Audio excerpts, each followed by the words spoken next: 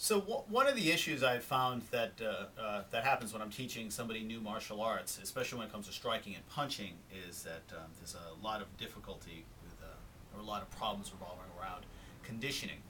And what I mean by conditioning is not how hard your bones are, if you have calluses on your knuckles, but how well you can align your body, how strong your tendons are, how good your force transfer is through your upper body. And that takes a long time to develop in your arms. And so especially for some smaller people, like myself, for example, this was a really big issue for me when I started training martial arts.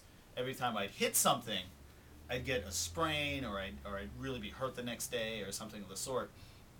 And so I had to find a couple of exercises that I could do, and exercises that I give to people that I'm training that can help create stability throughout their arms. So your key points are how to line up your knuckles with your arm.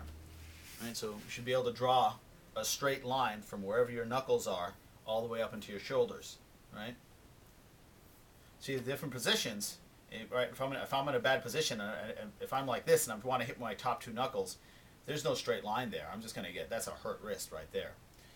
And there's a bunch of ways to train it, but I found that this one was really nice because it helps train stability.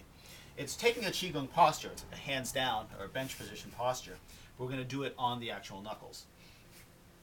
First, you can just start on your knees, and we're going to start with the lower knuckles on the ground. The bottom two or bottom three, depending on what you feel like you can get onto the ground.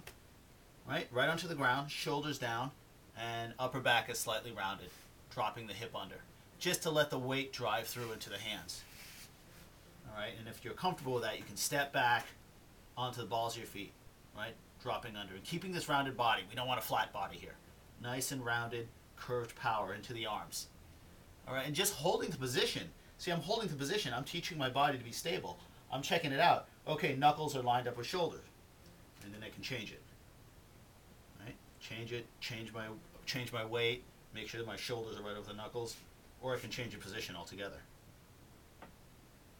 All right, once you get comfortable with that, and you feel pretty confident, and you feel like you have stability, you can switch from surfaces. So this is actually a fairly soft surface that we're starting on, and we'll go to a firmer surface. So I have a little piece of wood here.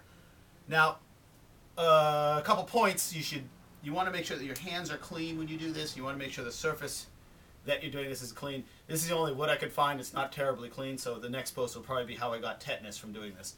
But nonetheless, let's look at it again. We got the pinky, ring, and possibly middle knuckle down, depending on how your body's shaped, depending on how big your knuckles are. Okay, we're just putting them down. I'm getting into my comfortable position. I'm starting progressively. Okay, that seems okay. So then I'll step back, shoulders rounded, hips under. Okay, and then we can hold that. And you can hold that for 10 seconds, 20 seconds, 30 seconds, up to a couple minutes. Okay, but if you're feeling sharp pain, always stop. That's a sign where it's a little too much. I'm transferring, big knuckles. And then I'm turning it over. I'm just holding the position. I don't even have to do the push-up. Just holding that position alone teaches you how to be stable. If you want, you can do like little mini push-ups, right? Just rocking your upper body into and out of it, right?